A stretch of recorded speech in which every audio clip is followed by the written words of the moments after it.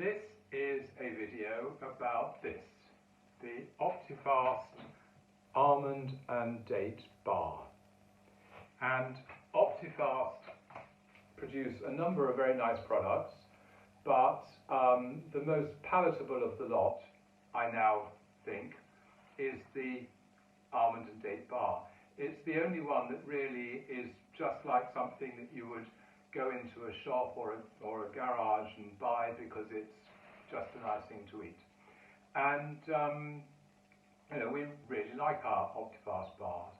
And I've done really well on Optifast. I've lost 30 kilograms, which is about 67 pounds or nearly 5 stone over a period of about 5 months. So Optifast has done me well, but Optifast have really pissed me off when it comes to the Almond and Date bar.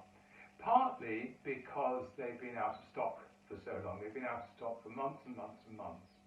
But more so because recently they appeared to come back into stock and they accepted an order from me of 3 boxes, which is 18 bars. And then when the delivery confirmation came through, it said they were only going to deliver 1 box. It should have been 6 bars. And which was a bit annoying, but they said they were out of stock, and if they're out of stock, they're out of stock. What can you do? But what really pissed me off is that when it arrived, all this packaging you can see here, this box, this packaging, and what arrived? 1 bar. And as far as I was concerned, either someone in their packaging department needs a lot of training, or they are just taking the piss. And that really, really annoyed me. Anyway, in the meantime, while we were waiting for these bars to come back in stock, we decided to develop our own recipe. And that's the purpose of today's video, to show you how to make our Almond and Date bars. If you look at them side on, they look not dissimilar to the Optifast product. Now, we've chosen to put dark chocolate on the top. That's up to you. They come out at 200 calories per bar on average, because of course they're not all exactly the same size. They come out on average 200 calories per bar without the chocolate, 220 calories with, which, although Optifast say that their products are 200 calories each, actually they're mostly about 220. This particular bar is 207 calories, but a lot of the soups and shakes are 220, 224, whatever. So we didn't feel too badly about doing 220. And also, there are 2 versions of this. Some of my relatives are non-dairy, they can't take dairy. So there's a version with butter, a version without butter. I'm going to, in fact, make 2 batches today because my son and daughter-in-law have said that they really like them, really want some more. So I'm going to make a batch for them without butter and a batch for us and everyone else with butter. So with butter 220, with butter and chocolate I should say 220, with chocolate but no butter 200. Up to you. So I'll get started. If you're going to make 20 bars, which is what I do per batch, I use 800 grams of medjool dates. Now these ones still have their stones in them. Medjool dates are expensive anyway, and if they are pitted, then they're even more expensive. So I pit them myself, which doesn't take a moment, and I've got a tip about that. 200 grams of toasted flaked almonds, 100 grams of chia seeds, 100 grams of porridge oats and 200 grams of, well, I use 70% cocoa chocolate to go on the top. And then, as I said before, the butter is optional. Slight difference between me and my other half. I always prefer unsalted butter. She prefers salted. I'm sure it makes very little difference. And we're using that. A little bit goes in the mixture, but most of it, most of it goes in the mixture. Some of it is just to grease the pan. My UK watchers will see that these are all Waitrose products, which for those not in the UK probably won't recognise that that Waitrose is a fairly upmarket supermarket. The only reason I go to Waitrose is because in my village it's the only supermarket large enough to have this kind of product. I have no idea whether the quality of the bar is affected by going to an upmarket supermarket. These bars work out at around about 80 pence per bar in ingredients to make, not counting the cost of the oven, which in these days of Putin obviously is relevant in itself. So I don't know, maybe 90 pence per bar from Waitrose, probably a little bit less if you were to go to a slightly less superior supermarket like Tesco's or Sainsbury's or whatever. So anyway, those are the ingredients. I start by pitting the dates. Now, the important thing when dealing with dates, I've discovered through this, is that you must keep your hands and any implements that you're using just with a little bit of water to stop them forming the most horrible goo on your fingers that you never get rid of. So I'm just going to start now by pitting all the dates, which is a reasonably time-consuming occupation, so I won't keep you here while I do it. I'll be back in a second with a whole load of pitted dates. So there we are, 800 grams of pitted dates. Without the pits, they're probably a little bit less than 800 grams, probably about 750, but after the first couple of batches we decided not to obsess too much about that. I'm now going to blitz the dates, sorry, I should probably say, what's the correct word for it? Blend the dates in the blitzer until they're a very smooth paste. Now, something funny happens on mine, which actually gives them the perfect consistency. So if I just put water inside here, I can't guarantee this is going to happen on everyone else's food processors. I'm sure they're all different. But if I put a handful of dates into the blitzer and put water in it, as you've just seen, and blitz,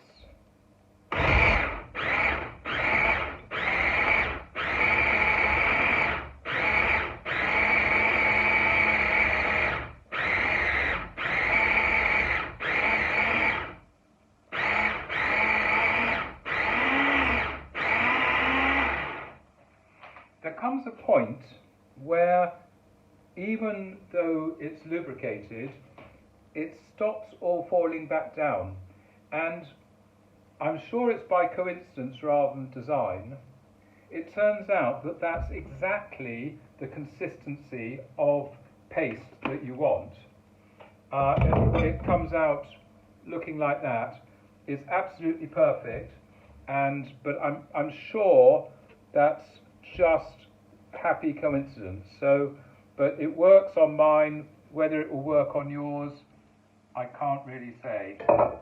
But I find it very useful as a way of knowing when it's blitzed to just the right consistency. And you can see what happens when you don't have enough water on your hands and it becomes a goo. So again, I'm going to put some water here, run some water inside here just to stop everything sticking together, and chuck in some more dates. I think in this blender about 8 dates at a time seems to be the answer. So there we have it, a paste of blended dates.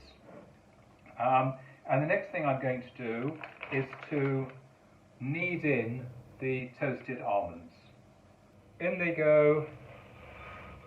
So 800 grams of dates to 200 grams of almonds. And next, porridge oats.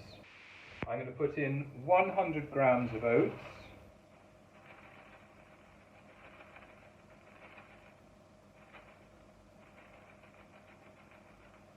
Go. Oh, precisely 100 grams of oats. 100 grams of chia seeds.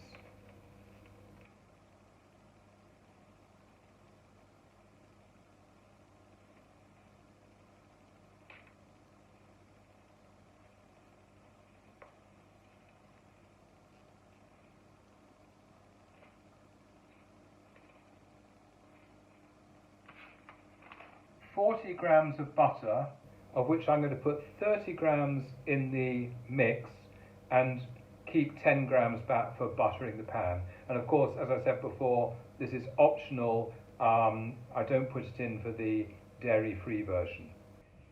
In it all goes.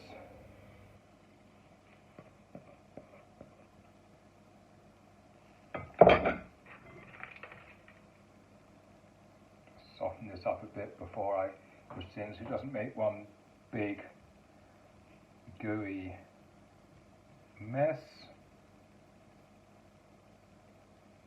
In it all goes, and then just kneading it all together, trying to get a complete consistency of mixture throughout. And again, this takes some time, probably 5 minutes or so. So I won't keep you there on the camera all that time. I'll just keep going at this and come back when I've got the mixture I want. And after about, maybe that was 3 or 4 minutes of kneading, we come out to a nice, consistent, I don't know what you call it, mix or paste, where everything's neatly distributed, there's no lumps of anything in particular. I'm going to zap the last bit of butter in the microwave so I can use it to grease. The baking tin is going to be lined with well, what Waitrose call baking and greaseproof paper, but I'm sure any greaseproof paper will do. Humpty Dumpty Dump, on goes the butter, and it's just to stop it sticking, so just a little thin layer of butter all over the paper. When I'm doing this for my daughter-in-law, I just use a drop of olive oil. I'm sure it's just as effective, but hey, I use butter for here, so whatever. So on goes the butter, up to the corners, because that's where it sticks when it comes out.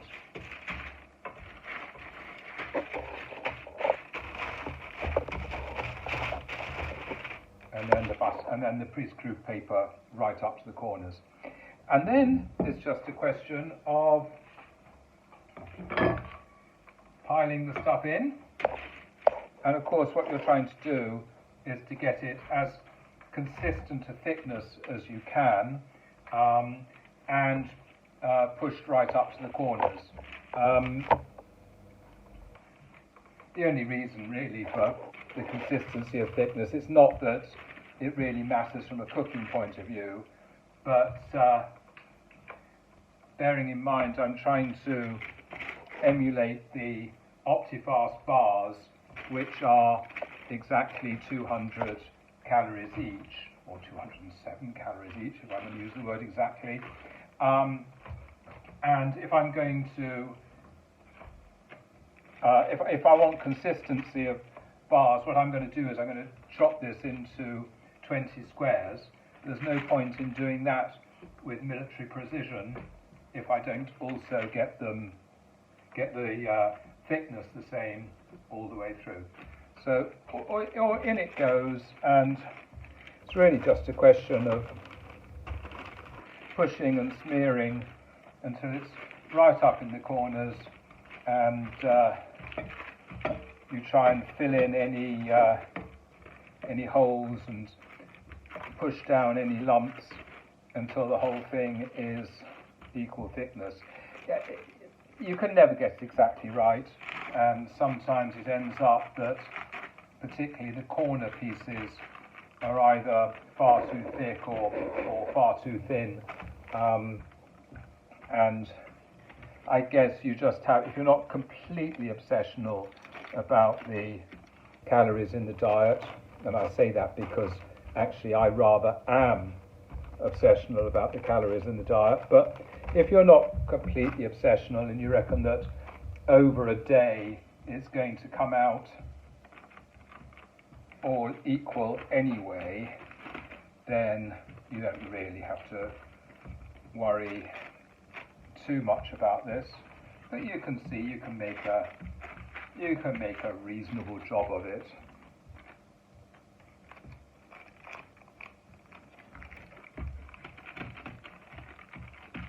Just you wait till we get to spreading the chocolate, because there we really want to get equal amounts on each bar. Notice that I've just noticed that I've been off camera for all of that. Well, you'll just have to imagine, I'm really sorry. I'm not starting again for the sake of that. But I'm pushing all the corners up, making it as flat as I can, and that is the finished product. It's not as smooth as a snooker table, but it's fine. It's fine. Right. So now this goes in the oven. The oven is preheated to 170 degrees centigrade, which is 340 Fahrenheit, and I'm going to put it in for precisely 19 minutes. So the time now is 4:16, so 19 minutes from now. Now, 19 minutes is probably something that you can change. 25 minutes is definitely too much. It just gets a bit too hard. 20 minutes, 21 minutes, it's on the sort of harder side. We like it at 19 minutes, where it's nice, soft, but with a firm texture. It feels a bit cooked, but it's still soft. So I'll see you in 19 minutes. In the meantime, I'm going to break up the chocolate. 200 grams of 70% cocoa chocolate. Definitely not cooking chocolate, which is well, it's a bit unpleasant anyway, but also it's full of oil and stuff that makes it just doesn't work as well. So 70% cocoa. I've only used Lindt. I can't tell you whether anything else will do. This is the one I use, and I'm going to break it up into really quite small pieces, really as small as you can manage breaking your fingers like this.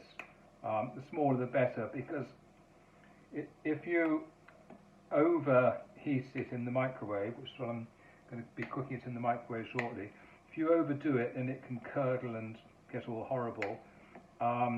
So if you start with as small pieces as you can.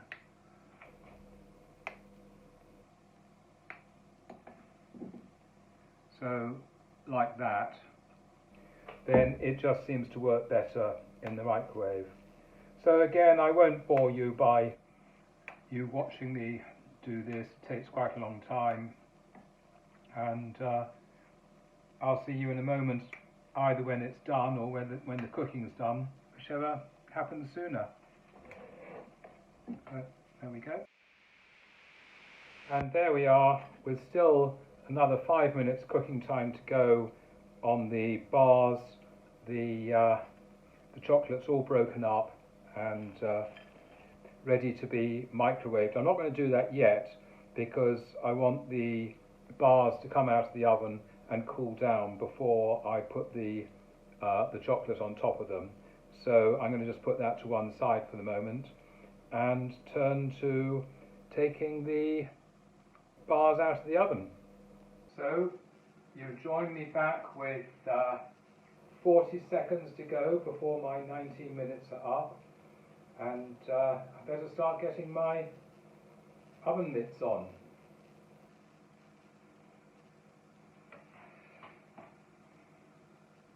As I say, this doesn't have to be as precise as I'm making it, but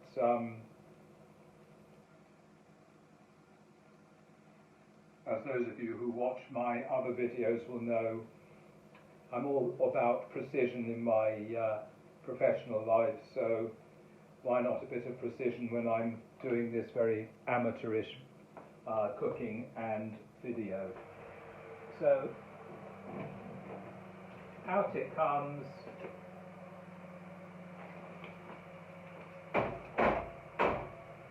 I'm going to shut the oven door because I'm actually about to make another batch of the non-dairy for my family, and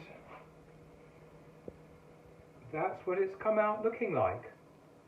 And I'm now going to leave that to cool for probably for 20 minutes or half an hour, and you can join me in a few minutes when I start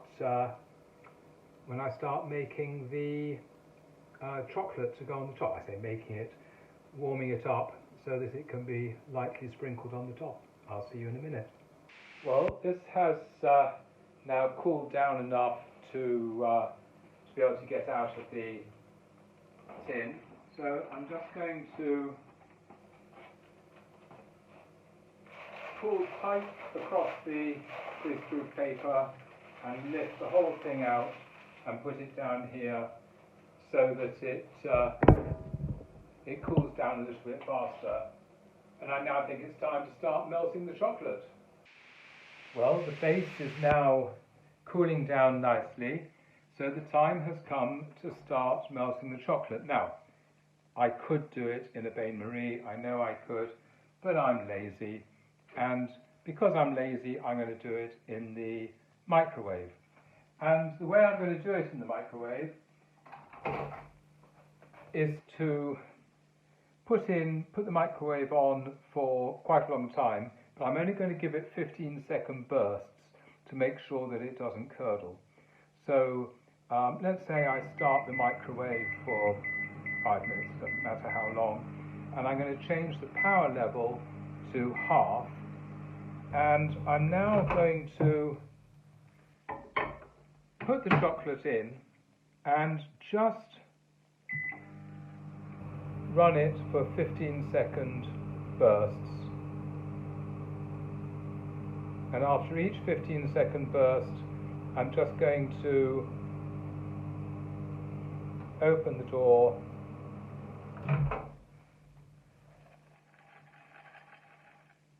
check on progress. In a moment I'll be very, very lightly stirring it just to start with before it really starts melting.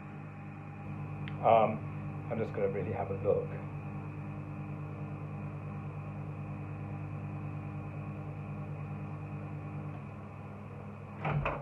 Another 15-second burst, beginning to heat up.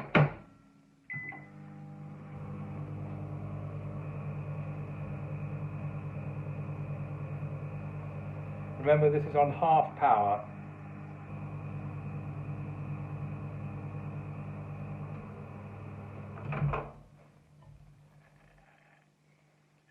And it's just beginning to melt there at the bottom. So I'm just going to very lightly turn that over, because what I don't want to happen is for the bottom to start burning. Right. Another 15 seconds.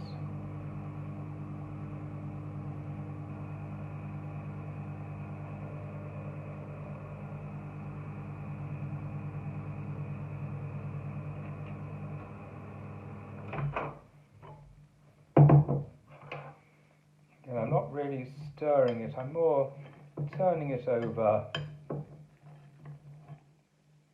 seeing how it's getting on. I can feel it's just beginning to go.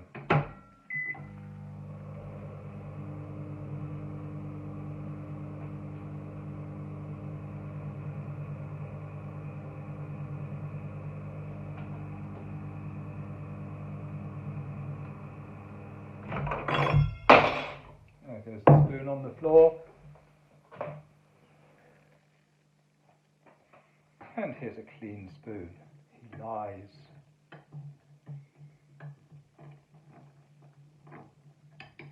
Gently turning it over at the bottom there.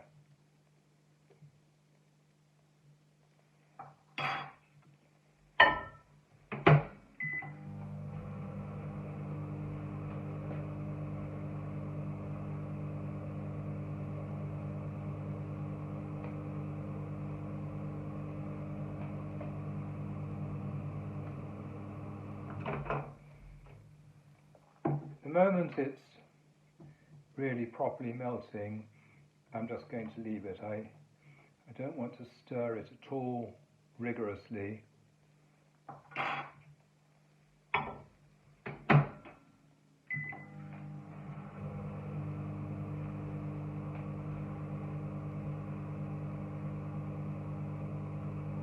You know, probably is easier in a bain-marie.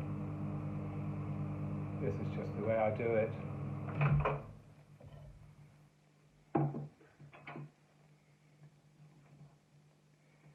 Right, so now that's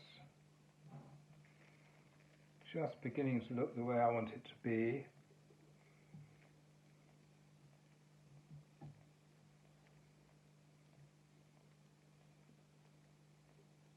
This might be the last burst. Let's see.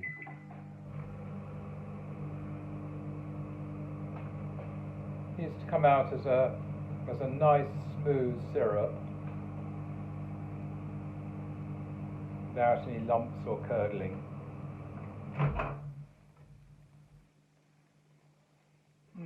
I think that may be it. Still a few lumps in there, but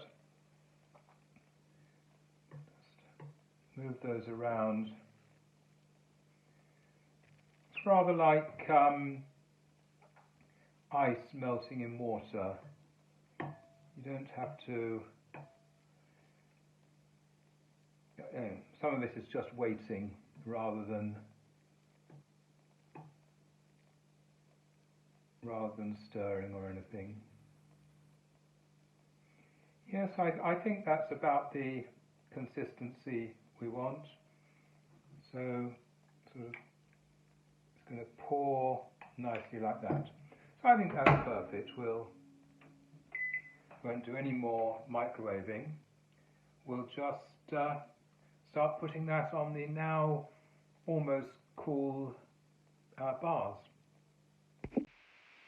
So I'm going to take this syrupy chocolate and I'm going to try and drizzle it very slowly, backwards and forwards, across the entire base.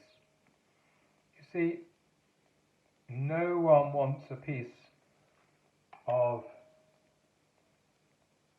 bar without a fair amount of chocolate on it. Let's face it, guys, we wouldn't be here looking for diet bars if we weren't determined that we got our fair share. If we were the kind of person that said, oh, I'll take the piece with the least chocolate on it, then we wouldn't have got fat in the first place, and we wouldn't be in the position we're in. Tell me I'm wrong. So I'm just trying to get a reasonably equal amount of chocolate over every corner of the bars. And of course, the way this turns out is just as you run out of chocolate, you see the deprived areas, and that's just the way it is. So I'm trying to keep a careful eye on who might object to not enough chocolate on that bit. I look at it and I say, now which one would I choose? And put more chocolate on the others. Tell me I'm wrong, anyone who's interested in Optifast bars. Tell me this isn't the psychology that you have. Maybe you don't. Maybe it's just me. I have my suspicions. So there we go. We have covered every bar with an amount of chocolate. And the next thing we have to do is to wait for the chocolate to cool down enough to be able to cut it into equal 220 calorie individual bars. Oh, am I going to lick the bowl, guys? Am I going to lick the bowl? I'm not sure.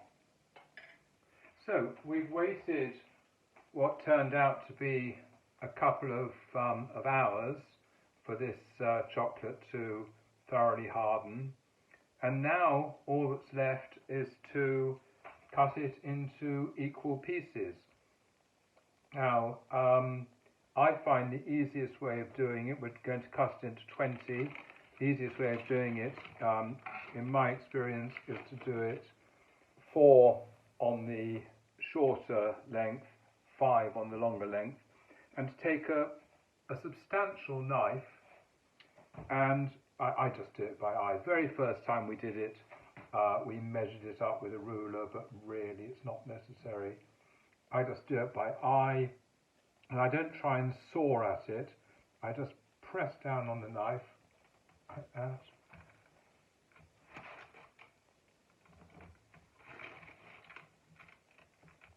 Let's cut it in half, and half of that again.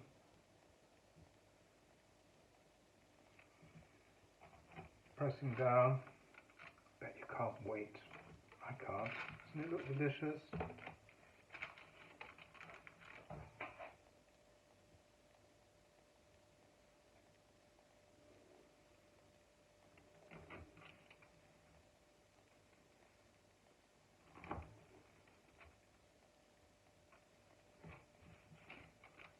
So that's divided into 4 on the shorter length.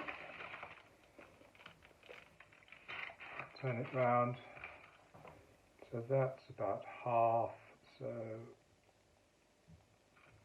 about 2/5 and 1/5.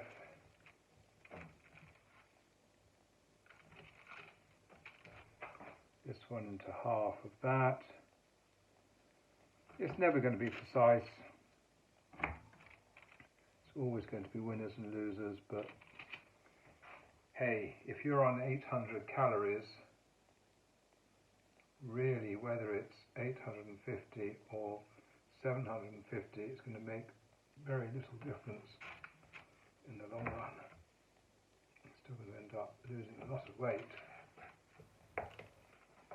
And the last kindest cut of all,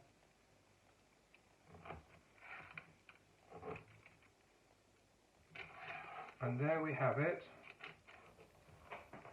20 absolutely delicious